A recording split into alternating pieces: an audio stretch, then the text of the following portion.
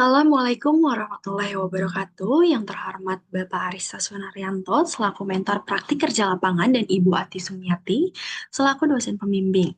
Saya Vika Aulia Putri dari program studi Pendidikan Akuntansi dan pada kesempatan kali ini saya akan mempresentasikan hasil praktik kerja lapangan atau PKL yang telah saya laksanakan di kantor akuntan publik Trisnawati Mariati Arista dan Asmoro sebagai junior auditor. Oke, selanjutnya, pada bagian latar belakang, saya menjelaskan bahwa pendidikan di perguruan tinggi tidak hanya berfokus pada teori, tetapi juga mempersiapkan mahasiswa agar siap menghadapi dunia kerja secara langsung. Salah satu cara untuk mewujudkan hal tersebut adalah melalui kegiatan praktik kerja lapangan atau PKL. Nah, sebagai mahasiswa pendidikan akuntansi, saya tidak hanya mempelajari teori akuntansi, tetapi juga auditing dan perpajakan. Oleh karena itu, melalui PKL ini, saya ingin memahami bagaimana proses audit dan perpajakan diterapkan secara nyata di lingkungan kerja profesional. Selain itu, perkembangan teknologi juga membuat proses perpajakan dilakukan secara digital melalui sistem Cortex. Karena itu, mahasiswa akuntansi juga perlu memahami penggunaan sistem digital dalam pelaporan pajak perusahaan. Dan berdasarkan hal tersebut, saya melaksanakan PKL di KAPTMAA yang bergerak di bidang audit, akuntansi, dan perpajakan. Dan selama saya PKL di sana, saya terlibat dalam berbagai kegiatan seperti sampling, tracing, vouching, pemeriksaan dokumen, penyusunan kertas kerja audit, serta penginputan data perpajakan melalui Cortex. Dan melalui kegiatan tersebut, saya memperoleh pengalaman dan pemahaman yang lebih mendalam mengenai proses audit dan perpajakan secara langsung di dunia kerja profesional. Oke, selanjutnya di sini ada tujuan. Tujuan pelaksanaan PKL yang pertama, tujuan saya melaksanakan magang di KAPTMAA yaitu untuk menerapkan ilmu yang telah dipelajari selama perkuliahan ke dalam dunia kerja secara langsung, khususnya di bidang audit, keakuntansi, dan pajak. Nah, selain itu saya juga memperoleh pengalaman nyata mengenai proses audit laporan keuangan, mulai dari pemeriksaan dokumen, sampling, tracing, vouching, hingga penyusunan kertas kerja audit. Saya juga memperoleh pengalaman dalam bidang perpajakan seperti menginput data pajak melalui sistem DJP dan Cortex. Dan melalui kegiatan PKL ini, saya tidak hanya meningkatkan kemampuan teknis, tetapi juga belajar mengenai ketelitian, komunikasi kerjasama tim, kedisiplinan, dan tanggung jawab dalam lingkungan kerja profesional. Dengan adanya PKL ini, saya dapat memahami perbedaan antara teori yang dipelajari di perkuliahan dengan praktik kerja secara langsung di lapangan. Slide selanjutnya ada profil instansi. Nah, pada bagian profil instansi, tempat saya melaksanakan PKL adalah di kantor akuntan publik Trisnawati Mariati Arista dan Asmoro yang berlokasi di Gedung Wisma PD, Jalan Letjen MT Haryono yang berlokasi di Jakarta Selatan. KAP ini merupakan perusahaan jasa profesional yang bergerak di bidang audit, akuntansi, dan perpajakan. KAP ini didirikan pada tahun 2003 dan telah memiliki izin resmi dari Kementerian Keuangan serta terdaftar di OJK dan BPK. Selain itu, terdapat visi dan misinya. Visinya menjadi kantor akuntan publik yang profesional, independen, terpercaya dalam memberikan layanan audit dan konsultasi keuangan. Dan misinya ada tiga. Yang pertama, memberikan layanan audit dan konsultasi secara profesional, menjaga integritas, independensi, dan kualitas kerja, serta membantu meningkatkan transparansi dan akuntabilitas laporan keuangan klien. Serta dalam kegiatan usahanya, KP ini menyediakan berbagai layanan seperti audit laporan keuangan, audit khusus dan atestasi, konsultasi manajemen, penyusunan laporan keuangan dan pembukuan, serta konsultasi perpajakan. Dan alasan saya memilih KAP ini sebagai tempat saya PKL karena bidang pekerjaannya sesuai dengan kompetensi yang saya pelajari selama perkuliahan, khususnya pada bidang auditing, akuntansi, dan perpajakan. Selain itu, KAP ini juga menangani berbagai jenis klien, sehingga saya dapat memperoleh pengalaman kerja yang lebih beragam dan memahami proses audit secara langsung di lingkungan kerja profesional. Selanjutnya ada struktur organisasi. Dijelaskan mengenai susunan jabatan bagian tugas yang ada di di KAPTMAA, struktur organisasi di KAP ini terdiri dari pimpinan atau managing partner, kemudian auditor senior, auditor junior, staf administrasi, serta bagian pendukung lainnya yang saling bekerja sama dalam menjalankan proses audit dalam dan operasional perusahaan. Melalui Melalui struktur organisasi tersebut, setiap bagian memiliki tugas dan tanggung jawab masing-masing sehingga proses pekerjaan dapat berjalan lebih sistematis dan terkoordinasi. Selama PKL, saya ditempatkan sebagai junior auditor intern yang berada di bawahan arahan auditor senior dalam melaksanakan berbagai kegiatan seperti pemeriksaan dokumen, sampling, tracing, vouching, hingga penyusunan kertas kerja audit. Oke, selanjutnya bidang saya sebagai auditor yang meliputi pemeriksaan laporan keuangan klien melalui berbagai prosedur audit, dan auditor juga bertanggung jawab dalam mengumpulkan dan menganalisis bukti audit, memeriksa kesesuaian dokumen transaksi dengan pencatatan keuangan, serta menyusun kertas kerja audit sebagai dokumentasi hasil pemeriksaan. Selain itu, auditor melakukan pembuatan surat konfirmasi kepada pihak eksternal, seperti surat konfirmasi bank, piutang, guna memperoleh bukti audit yang independen. Dan melalui proses tersebut, auditor harus memastikan bahwa laporan keuangan perusahaan telah disajikan secara wajar sesuai dengan standar auditing yang berlaku. Oke, selanjutnya di sini ada bidang kerja praktikan. Yang pertama, menginput PPH 23 ke DJP. Dan pada tahap awal, saya melakukan pengelompokan akun berdasarkan data buku besar klien yang berkaitan dengan objek PPH 23 seperti transaksi jasa freight and tracking. Pengelompokan akun ini dilakukan agar data yang akan diinput sesuai dengan transaksi yang dikenakan pemotongan pajak. Setelah proses pengelompokan selesai, saya melanjutkan ke tahap penginputan melalui sistem DJP online pada pot unifikasi. Proses pertama yang dilakukan adalah login menggunakan akun perusahaan klien, kemudian masuk ke menu pembuatan bukti potong. Selanjutnya saya menginput beberapa data transaksi seperti data perusahaan, data vendor, jenis pajak, jenis jasa, nomor invoice, tanggal transaksi, serta nilai dasar pengenaan pajak atau DPP. Setelah data diinput, sistem secara otomatis menghitung besaran PPh 23 sesuai tarif yang berlaku.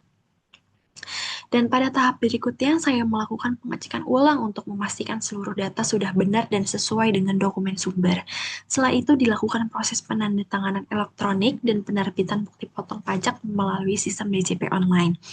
Output dari proses tersebut berupa bukti potong dan bukti penerimaan negara dalam bentuk PDF sebagai bukti bahwa perusahaan telah melaksanakan kewajiban perpajakan. Dan selain itu, setelah melakukan pengelompokan akun, saya juga melakukan penginputan data ke dalam trial balance konsolidasi. Trial balance ini digunakan sebagai dasar penyusunan laporan keuangan dan mendukung proses audit. Dalam proses ini, saya menginput saldo akun berdasarkan data yang diberikan dengan memperhatikan ketelitian agar nominal yang dimasukkan sesuai dengan data sumber perusahaan. Selanjutnya, bidang kerja yang kedua melakukan verifikasi data. Dan di sini ada data purchase order atau PO sebagai bagian dari proses audit. Pada tahap awal, saya diberikan data PO oleh klien dalam bentuk file Microsoft Excel yang masih tergabung dalam satu sheet dan berisi keseluruhan transaksi dari beberapa periode. Dalam pelaksanaannya, saya melakukan pengelolaan data dengan memisahkan transaksi berdasarkan nomor PO ke dalam beberapa sheet terpisah untuk periode tahun 2020 sampai 2025. Proses ini dilakukan agar data lebih terstruktur dan mempermudah proses pencarian dokumen saat kegiatan audit berlangsung. Setelah pengelolaan data selesai, saya bersama tim melakukan kunjungan langsung ke perusahaan klien. Untuk melaksanakan proses audit pada tahap ini dilakukan prosedur sampling menggunakan metode tracing. Tracing merupakan proses penelusuran dari dokumen sumber atau bukti transaksi menuju pencatatan yang terdapat pada data PO maupun laporan keuangan perusahaan. Dan dalam proses tersebut, saya memeriksa kesesuaian antara dokumen fisik transaksi dengan data yang tercatat pada laporan perusahaan. Kegiatan ini bertujuan untuk memastikan bahwa seluruh transaksi telah dicatat dengan benar dan sesuai dengan bukti yang tersedia. Nah, setelah proses tracing selesai, dilakukan analisis lebih lanjut terhadap data yang telah diperoleh. Saya bersama Saya bersama tim melakukan diskusi internal untuk mengidentifikasi adanya selisih harga atau perbedaan nilai transaksi yang dapat menyebabkan kerugian pada perusahaan. Melalui kegiatan tersebut, tim audit dapat menentukan langkah pemeriksaan selanjutnya guna memastikan keakuratan dan kewajaran data keuangan perusahaan. Selanjutnya, bidang kerja yang ketiga, menyusun kertas kerja audit sebagai bagian dari proses pemeriksaan laporan keuangan. Dan pada tahap awal, saya melakukan penyusunan mutasi bulanan untuk setiap akun yang terdapat pada General Ledger, terutama akun-akun utama seperti kas, piutang, utang, dan beban. Penyusunan mutasi dilakukan untuk periode Januari sampai Desember dengan menghitung total transaksi debit dan kredit pada masing-masing akun.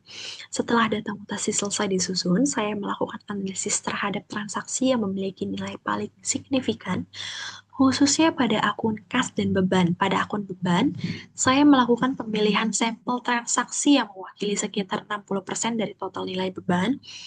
Proses ini bertujuan untuk menentukan transaksi yang akan diuji lebih lanjut dalam proses audit sehingga pemeriksaan dapat dilakukan secara lebih efektif dan representatif. Selain itu, dalam mendukung proses audit, saya juga membantu pembuatan surat konfirmasi kepada pihak eksternal seperti di gambar surat konfirmasi piutang, tapi selain itu saya juga membantu membuat buat surat konfirmasi bank, utang, dan pemegang saham. Nah, surat ini digunakan untuk memperoleh bukti audit secara langsung dari pihak ketiga guna memastikan bahwa saldo atau transaksi yang tercatat pada laporan keuangan telah sesuai dengan kondisi sebenarnya. Dan tahap berikutnya yaitu penyusunan kertas kerja audit berdasarkan data yang telah diolah sebelumnya seperti mutasi transaksi, hasil sampling, dan dokumen pendukung lainnya. Kertas kerja audit disusun menggunakan Microsoft Excel dengan format yang sistematis agar mempermudah proses pemeriksaan dan penelusuran data. Dalam penyusunannya, saya mencantumkan informasi seperti nama klien, periode audit, akun yang diuji, tanggal transaksi, nomor bukti, serta nilai mutasi debit dan kredit. Selain itu, terdapat kolom checklist sebagai indikator bahwa transaksi telah memenuhi prosedur audit, seperti kesesuaian nominal, kelengkapan dokumen pendukung, dan ketepatan pencatatan transaksi. Apabila ditemukan transaksi yang belum sesuai, maka diberikan catatan khusus untuk dilakukan pemeriksaan lebih lanjut. Dan pada bagian akhir dilakukan juga perhitungan persentase hasil pengujian dengan membandingkan nilai sampel yang diuji terhadap total mutasi transaksi. Melalui penyusunan kertas kerja audit ini, auditor dapat memastikan bahwa proses pemeriksaan telah dilakukan secara sistematis dan sesuai dengan standar audit yang berlaku. Oke, selanjutnya yang keempat yaitu penginputan dan pengaplikasian PPh Badan melalui sistem Cortex. Pada tahap awal, saya melakukan penyusunan daftar penyusutan aset perusahaan menggunakan Microsoft Excel, dan dalam proses ini saya mengumpulkan data aset tetap perusahaan seperti tanggal perolehan, jenis aset, dan nilai perolehan aset. Selanjutnya, saya menghitung penyusutan aset menggunakan metode garis lurus atau straight line method, dan perhitungan dilakukan untuk mengetahui nilai penyusutan per bulan, per tahun, akumulasi penyusutan, hingga nilai buku akhir aset. Proses ini tujuannya untuk mengetahui nilai ekonomis aset yang masih tersisa dan digunakan sebagai dasar dalam laporan keuangan maupun pelaporan perpajakan perusahaan. Setelah data penyusutan selesai dihitung, tahap berikutnya adalah penginputan data penyusutan aset ke dalam sistem Cortex pada menu lampiran 9 atau daftar penyusutan dan amortisasi fiskal. Dalam proses ini, saya login ke akun wajib pajak perusahaan klien, kemudian menginput data aset secara manual berdasarkan data yang telah dihitung sebelumnya di Excel. Data yang diinput meliputi kode aset, jenis aset, tahun perolehan, harga perolehan, metode penyusutan, nilai buku fiskal, serta nilai penyusutan tahun berjalan. Selain itu, saya juga menentukan kelompok aset sesuai ketentuan perpajakan karena setiap kelompok memiliki masa manfaat dan tarif penyusutan yang berbeda. Setelah seluruh data diinput, dilakukan pengecekan ulang untuk memastikan data sudah sesuai dan tidak terdapat kesalahan penginputan. Dan tahap selanjutnya yaitu penginputan laporan posisi keuangan dan laporan laba rugi ke dalam sistem Cortex sebagai bagian dari pelaporan SPT tahunan PPh Badan.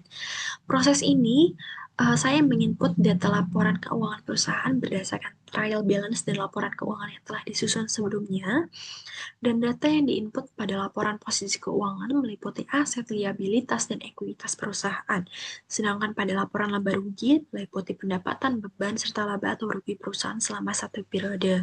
Dalam pelaksanaannya, saya juga memastikan setiap akun telah dimasukkan sesuai klasifikasi yang tersedia pada sistem Cortex agar data konsisten dengan laporan keuangan perusahaan dan melalui kegiatan ini saya memperoleh pengalaman langsung dalam proses pelaporan pajak badan berbasis digital serta memahami keterkaitan antara laporan keuangan komersial dengan pelaporan fiskal.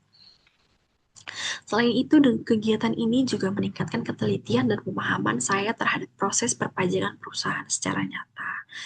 Slide selanjutnya di sini ada analisis pekerjaan. Saya akan menjelaskan keterkaitan antara pekerjaan yang saya lakukan selama internship sebagai auditor dengan mata kuliah yang telah dipelajari selama perkuliahan. Nah, di sini terdapat mata kuliah akuntansi dasar, akuntansi menengah, dan akuntansi lanjutan. Dalam pekerjaan audit, saya perlu memahami klasifikasi akun, posisi debit dan kredit, serta hubungan antar akun dalam laporan keuangan.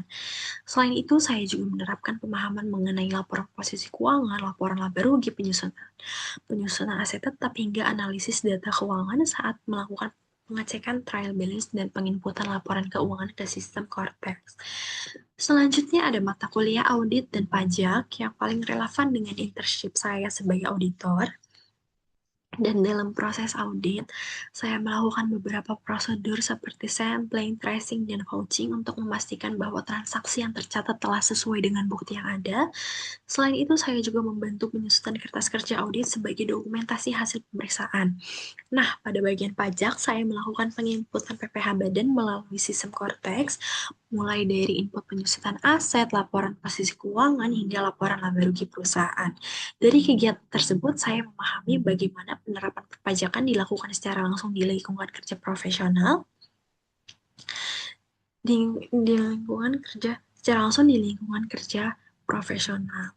Selanjutnya, pada semester 6, mata kuliah etika profesi, kreativitas dan inovasi, serta keterampilan komunikasi yang mendukung pekerjaan auditor. Nah, pada etika profesi, saya belajar pentingnya menjaga kerahasiaan data klien, bekerja secara jujur, objektif, dan bertanggung jawab selama proses audit berlangsung. Sikap profesional tersebut sangat penting karena auditor harus menjaga kepercayaan klien dan bekerja sesuai standar profesi. Kemudian pada kreativitas dan inovasi, saya dituntut untuk mengelola berbagai format data dari klien yang berbeda-beda agar lebih terstruktur dan mudah dianalisis menggunakan Microsoft Excel. Selain itu, saya juga belajar mencari cara kerja yang lebih efektif agar proses audit dapat berjalan lebih efisien. Kemudian pada keterampilan komunikasi, saya belajar berkomunikasi dengan auditor senior maupun pihak klien terkait permintaan dokumen, memahami instruksi pekerjaan, serta melakukan konfirmasi data selama proses audit berlangsung. Selanjutnya, pada bagian literasi informasi dan digital, saya menggunakan Microsoft Excel dan sistem Cortex dalam proses pengolahan data audit dan pembajakan. Penggunaan teknologi tersebut membantu pekerjaan menjadi lebih cepat, terstruktur, dan akurat sehingga saya memahami pentingnya kemampuan digital dalam dunia kerja saat ini. Sedangkan pada kolaborasi dan kerjasama, saya bekerja sebagai auditor. Saya bekerja bersama auditor senior dan rekan tim dalam proses pengumpulan data, pemeriksaan dokumen, pelaksanaan sampling, hingga penyusunan kertas kerja audit. Dari kegiatan tersebut, saya memahami bahwa pekerjaan audit membutuhkan kerjasama tim yang baik agar proses pemeriksaan dapat berjalan efektif dan selesai tepat waktu. Selanjutnya ada beberapa kendala yang saya alami, salah satunya yaitu banyaknya data klien dalam bentuk Microsoft Excel dengan format yang berbeda-beda, sehingga saya membutuhkan waktu untuk memahami dan menyesuaikan data dengan kebutuhan audit. Selain itu, saya juga mengalami kesulitan saat proses tracing dan vouching, terutama ketika dokumen pendukung belum tersusun secara sistematis atau masih belum lengkap, dan kondisi tersebut membuat proses pemeriksaan transaksi menjadi lebih memerlukan ketelitian. Dan pada awal pelaksanaan PKL, saya juga masih beradaptasi dengan alur kerja audit di lapangan karena praktik kerja yang dilakukan lebih kompleks dibandingkan teori yang dipelajari saat perkuliahan.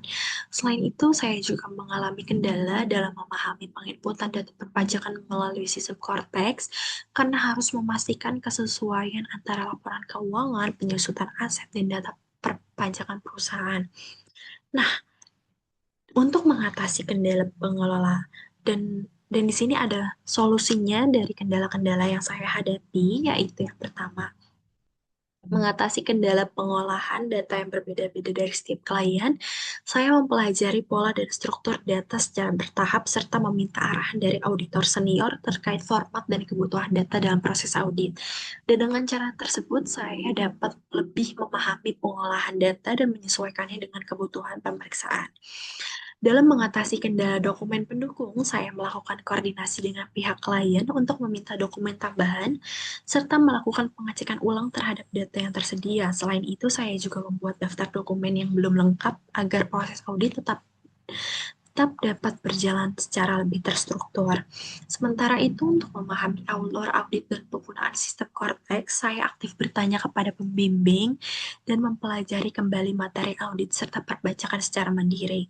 Seiring berjalannya waktu, saya mulai memahami proses pekerjaan audit dan penginputan data perpajakan sehingga dapat bekerja dengan lebih baik, teliti, dan sistematis. Selanjutnya ada kesenjangan teori dan praktik. Pada slide ini dijelaskan mengenai kesenjangan antara teori yang dipelajari selama perkuliahan dengan praktik kerja secara langsung di dunia profesional. Selama perkuliahan, materi audit dan perpajakan lebih banyak dipelajari dalam bentuk teori dasar, konsep, jurnal, dan studi kasus sederhana. Selain itu, penggunaan aplikasi audit maupun perpajakan masih terbatas sehingga mahasiswa belum sepenuhnya memahami alur kerja secara nyata. Sedangkan saat pelaksanaan magang di KP, saya menghadapi kondisi kerja yang lebih kompleks seperti mengolah data klien dalam jumlah besar dengan format yang berbeda-beda, melakukan prosedur audit seperti tracing dan vouching, serta menggunakan aplikasi Cortex untuk penginputan data perpajakan dan PPh Badan. Dari pengalaman tersebut, saya memahami bahwa dunia kerja tidak hanya membutuhkan pemahaman teori, tapi juga ketelitian, kemampuan beradaptasi, komunikasi, serta pemahaman penggunaan sistem digital dalam proses audit dan perpajakan. Oke, selanjutnya masuk pada bagian kesimpulan. Dapat disimpulkan bahwa pelaksanaan PKL di KAP Trisnowati Mariati Arista dan Asmoro memberikan pengalaman kerja secara langsung di bidang audit dan perpajakan. Selama kegiatan magang, saya terlibat dalam proses pengolahan data audit, pemeriksaan dokumen, penyusunan kertas kerja audit, hingga penginputan data perpajakan melalui sistem Cortex. Melalui pengalaman tersebut, saya memperoleh pengalaman mengenai penerapan audit dan perpajakan di dunia kerja profesional sekaligus meningkatkan kemampuan ketelitian, komunikasi kerjasama, dan penggunaan teknologi digital dalam proses kerja.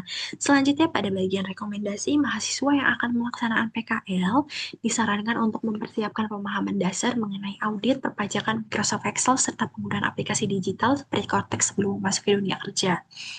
Program studi juga diharapkan dapat memperkuat pembelajaran berbasis praktik agar mahasiswa lebih siap menghadapi kebutuhan industri. Selain itu, KAP diharapkan terus memberikan bimbingan dan lingkungan kerja yang mendukung proses pembelajaran mahasiswa selama pelaksanaan PKL. Selanjutnya, oke, baik.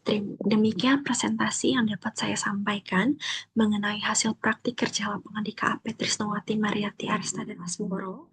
Saya berharap presentasi ini dapat memberikan gambaran mengenai pengalaman dan pembelajaran yang saya peroleh selama pelaksanaan PKL, khususnya di bidang audit dan perpajakan. Terima kasih atas perhatian Bapak dan Ibu. Wassalamualaikum warahmatullahi wabarakatuh.